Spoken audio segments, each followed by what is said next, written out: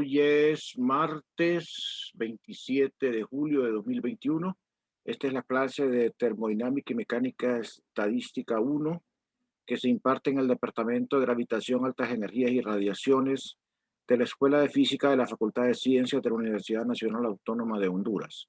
Soy el profesor Alejandro Galo Roldán.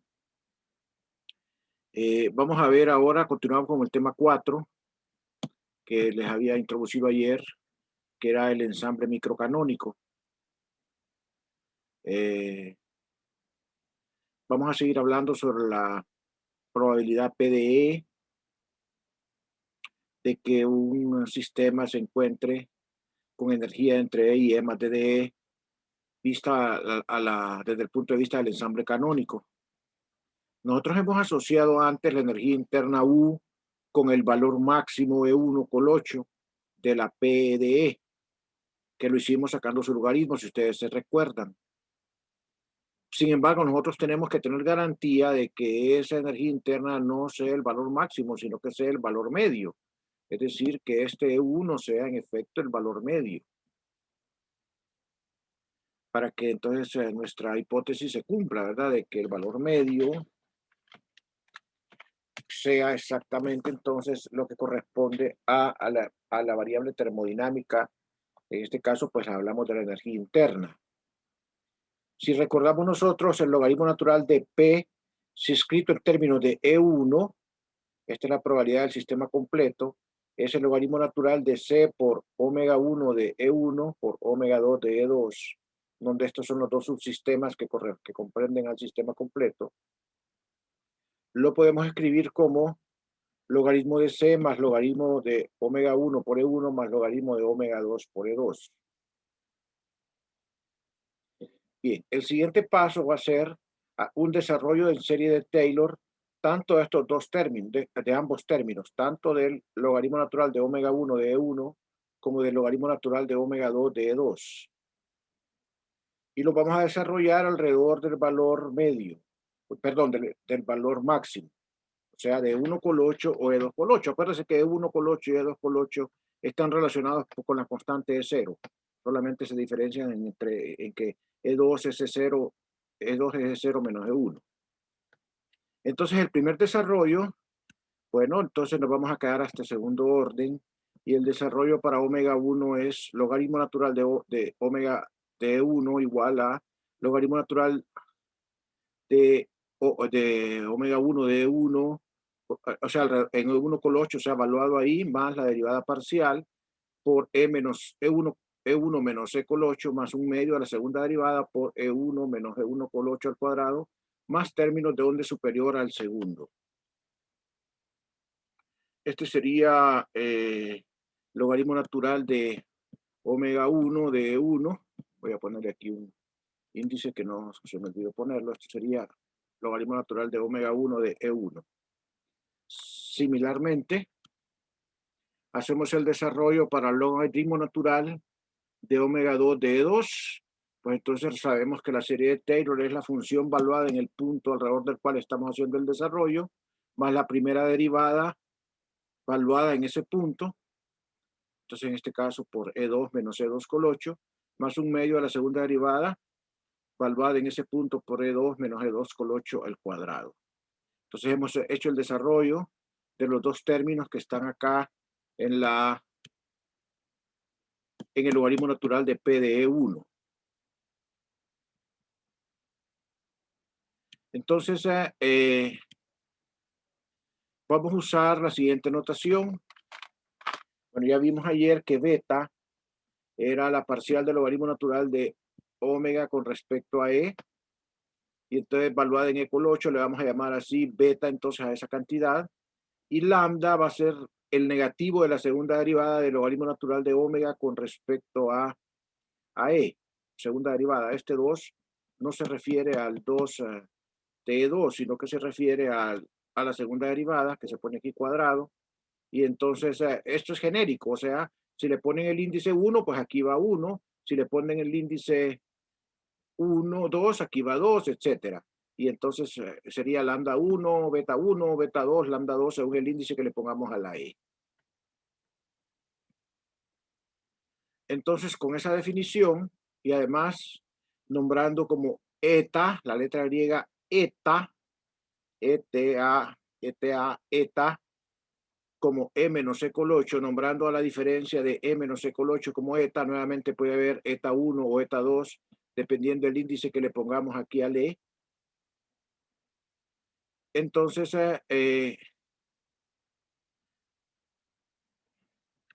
el logaritmo natural de omega 1, pues entonces va a ser la constante aquí en la que la evalúa, más beta por eta 1 menos un medio de lambda 1 eta 1 cuadrado, y así respectivamente el logaritmo natural de omega 2 va a ser la constante, o sea, el logaritmo natural de omega 2 valuado en E2 col 8, más beta 2 eta 2 menos un medio de lambda 2 eta 2 al cuadrado. Me paro aquí un momentito para que hagan preguntas, reflexiones y comentarios.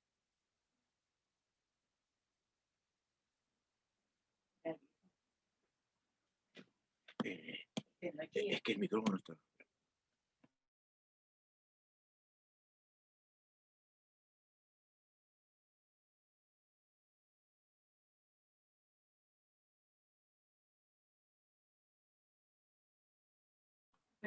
¿Preguntas, jóvenes? Bueno, entonces significa que puedo continuar, ¿no? Entonces, sustituyo, ¿verdad? En el logaritmo natural de P de 1, acuérdense que pues el logaritmo natural de P de 1 era entonces aquí este primer término, que aquí tengo el desarrollo en serie de Taylor del logaritmo natural de omega 1 de E1 alrededor de 1 por 8, y aquí tengo el desarrollo de alrededor de E2. Acuérdense que este E2 con 8 es E0 menos E1 con 8. O sea que por si les incomoda un poco que aquí aparezca la dependencia funcional de E1, es porque yo puedo escribir este E2 siempre como E0 menos E1, y entonces la dependencia funcional quedaría en términos de E1, de P de E1. Entonces, lo que sigue es reconocer que este término que está aquí, que lleva logaritmo de C más logaritmo natural de omega 1 de evaluada en E1 col 8 más logaritmo natural de omega 2 en E2 col 8, por la definición de la probabilidad, es la probabilidad evaluada, es el logaritmo de la probabilidad evaluada en E1 col 8. O sea, este logaritmo de C más logaritmo natural de omega 1 más logaritmo natural de omega 2 evaluadas en las cantidades col 8, pues va a ser el logaritmo natural de E1 col 8. Y entonces las cantidades restantes solo las escribo, que sería beta 1 por eta 1 más beta 2 por eta 2 menos un medio lambda 1 por eta 1 cuadrado menos un medio lambda 2 por eta 2 al cuadrado.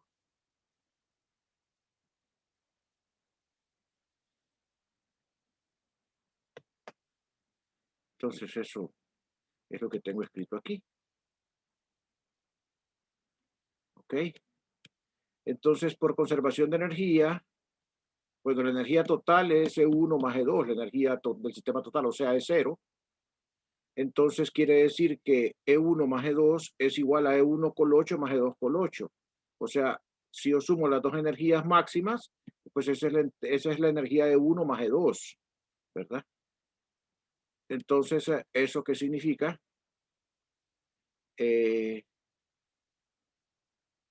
O sea que E1 menos E2 es, E1 menos E1 col 8 es menos E2 menos E2 col 8.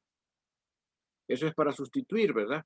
Entonces, ¿qué era E1, qué era E menos E col 8? Pues era, ustedes recuerdan que será eta. O sea, esto es eta. Entonces, esto que tengo acá donde está el borrador es eta 1 y esto que tengo acá es menos eta 2, ¿verdad? Entonces, lo que tenemos acá es que eta 1 es igual a menos eta 2.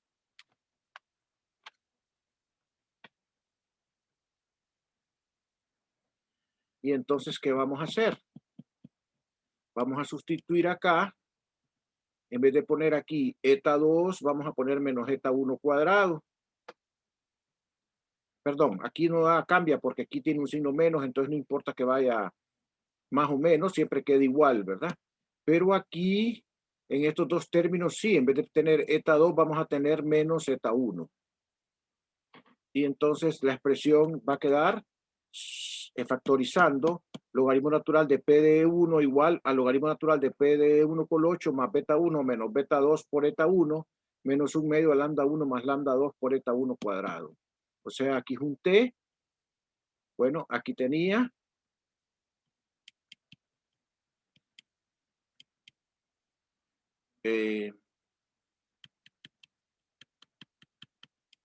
aquí tenía menos menos, lo factorizo y queda una suma de los dos. Si yo pongo aquí menos eta, menos eta 1 al cuadrado da lo mismo, pero si pongo aquí eta 1 y aquí eta 2 sería menos eta 1, entonces quedaría eta 1 factor de beta 1 menos beta 2, que es la expresión que tengo entonces acá abajo. Entonces, en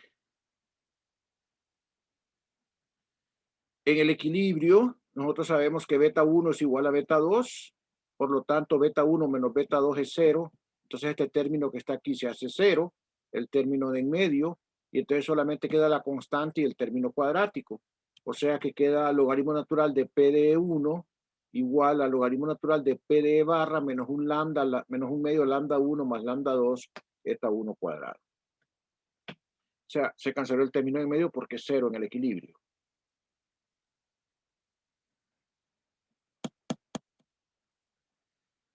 Muy bien.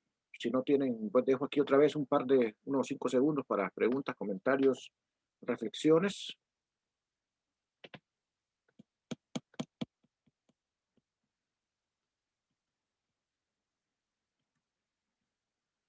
Muy bien, entonces voy a continuar acá. Vamos entonces a quedarnos con una sola variable. Ya no vamos a hablar de, de lambda 1, lambda 2. Vamos a definir lambda como lambda 1 más lambda 2. Y entonces si yo saco la exponencial de los dos lados de esta ecuación, lo que voy a despejar es P de 1 y eso va a quedar entonces igual a una constante que sería P de 1 por 8 por E a la menos un medio de lambda eta cuadrado. Y entonces ustedes pueden ver que esa es una gaussiana, ¿verdad? Ok, miren que los desarrollos a segundo orden ahorita en el enfoque microcanónico pues nos dan una gaussiana para la probabilidad. Siempre, ¿verdad? Es decir, si ustedes tomaran pues órdenes superiores ya no sería gaussiana. Pero como les digo yo, para los problemas que nosotros involucramos con un número de partículas suficientemente grandes, que son los problemas que nosotros tenemos en la realidad, pues la gaussiana es la representación idónea para ese tipo de problemas.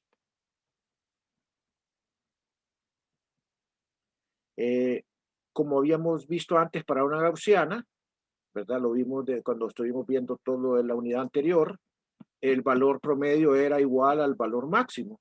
Y entonces concluimos nosotros lo que de manera satisfactoria esperamos, de que en efecto ese 1 máximo, E1 con 8, corresponde al valor medio. O sea que ese valor máximo que nosotros hemos estado hablando antes, lo podemos asociar con la energía media termodinámica, U. La dispersión gaussiana, de la fórmula que tiene en general la gaussiana, sería 2 sigma cuadrado igual a 2 entre lambda. O sea, aquí por la forma que tiene aquí esto, ¿verdad?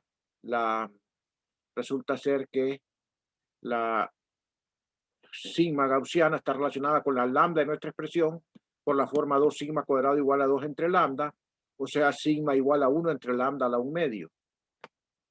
O sea que lambda es una medida de la sigma.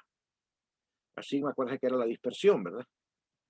Bien, paro acá porque voy a pasar entonces ahora a una ampliación de la situación que nosotros habíamos visto hasta ahorita.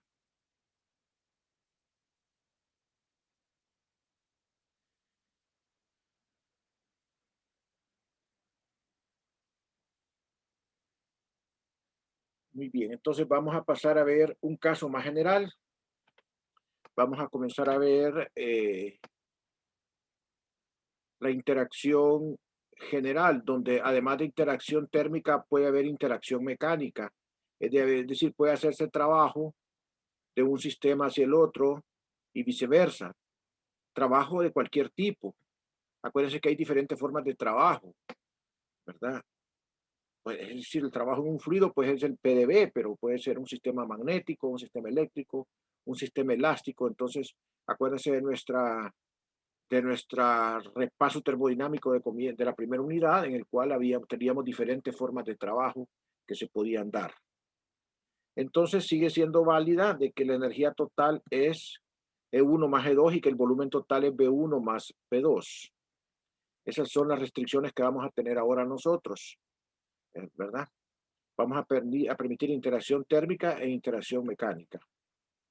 Ese volumen B corresponde, ¿se acuerdan que era lo que expresábamos en términos generales como un desplazamiento generalizado? O sea, las variables extensivas generalizadas que aparecían en las ecuaciones TdS, que aparecían en la ecuación fundamental de la termodinámica, mejor dicho.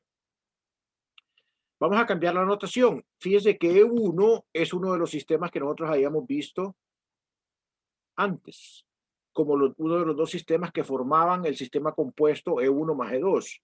Pues vamos a tomar como que si E1 fuera el sistema. Es decir, estamos analizando un sistema que está aislado, pero sobre el cual se puede aplicar trabajo o introducir o sacar calor. Entonces vamos a poner que E1 es E simplemente. En vez de utilizar la muletilla 1 en las expresiones, vamos a poner E nada más. Y entonces vamos a hablar del número de microestados, o sea, omega, como omega de E, y en vez de usar aquí B, pues vamos a usar la variable generalizada YI, que puede ser entonces cualquiera de las variables que tengamos, magnetización, polarización, etcétera. Y entonces la entropía sería K logaritmo natural de omega, que es una función de E y de Y.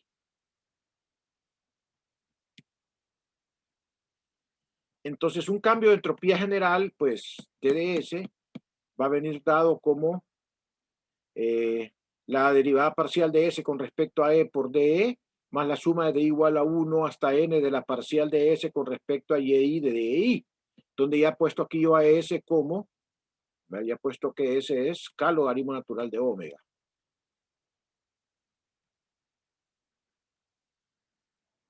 La entropía.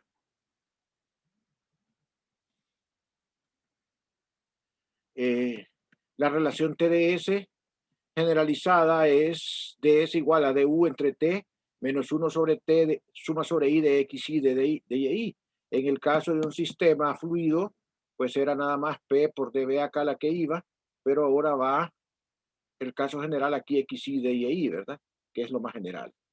Si yo tengo un sistema PV, entonces escribo xy como menos p y escribo dyi como ddv. Entonces la entropía va a ser realmente una función de U y de las I variables extensivas YI. O sea que ds es la parcial de S con respecto a U, a Y constante por D de U, más la sumatoria de I igual 1 hasta la que sea, hasta el número de variables extensivas que yo tenga en mi sistema, de la parcial de S con respecto a I de Y. Por lo tanto, entonces, la parcial de S con respecto a B, ¿verdad? La parcial de S con respecto a B, que sería este término que corresponde aquí, este que está aquí, sería entonces menos xy sobre t, pero como ese es logaritmo natural, entonces nosotros podemos poner la expresión menos xy sobre t igual a la parcial de logaritmo de k de Boltzmann, logaritmo natural de omega respecto a y.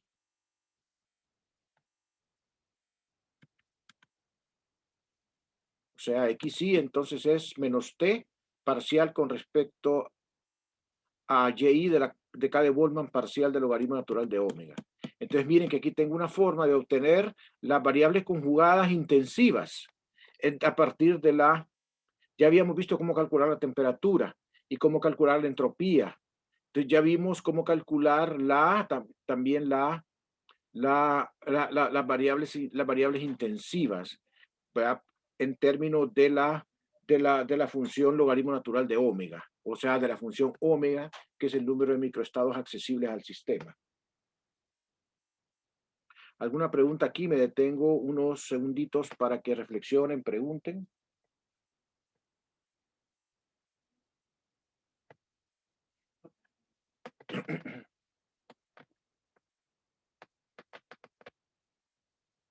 Ok, voy a continuar entonces.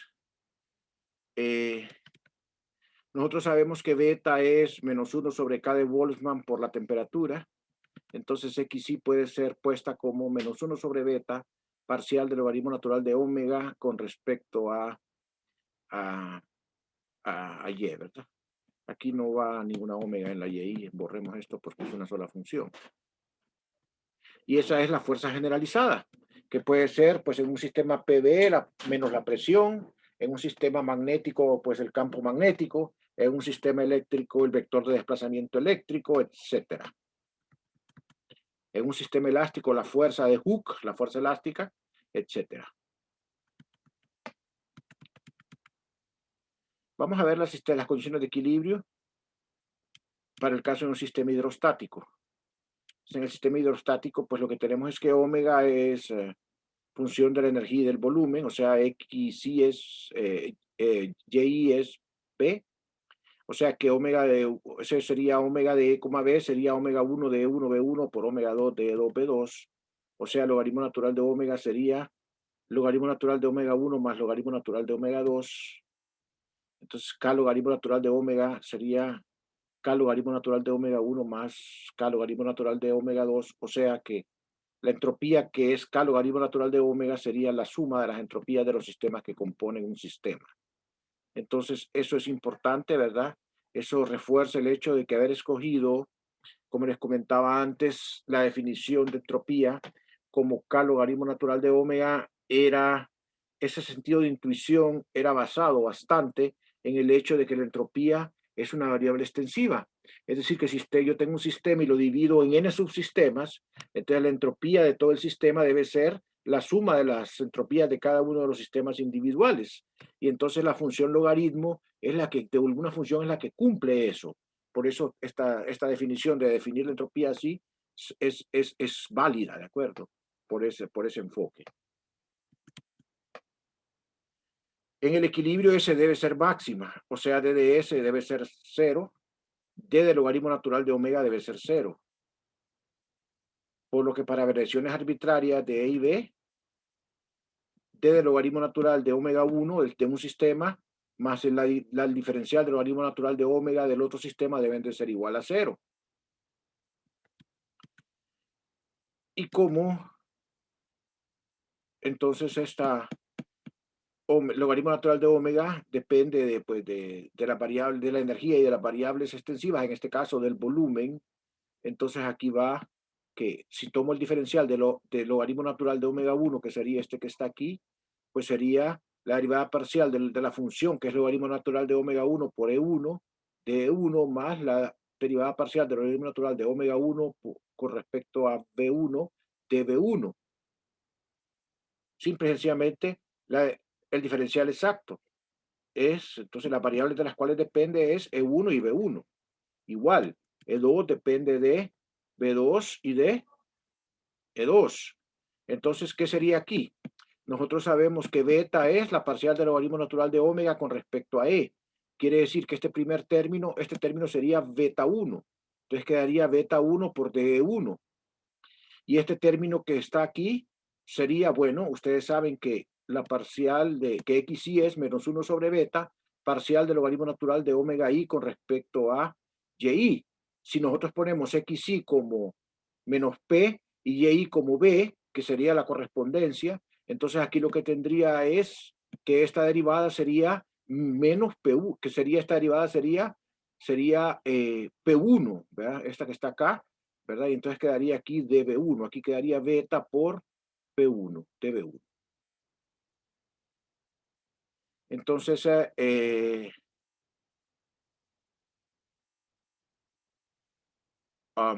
este signo menos que está acá,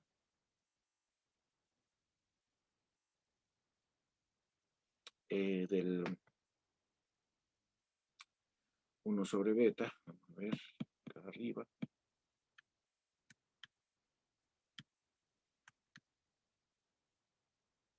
Es este que acompaña a la fuerza generalizada.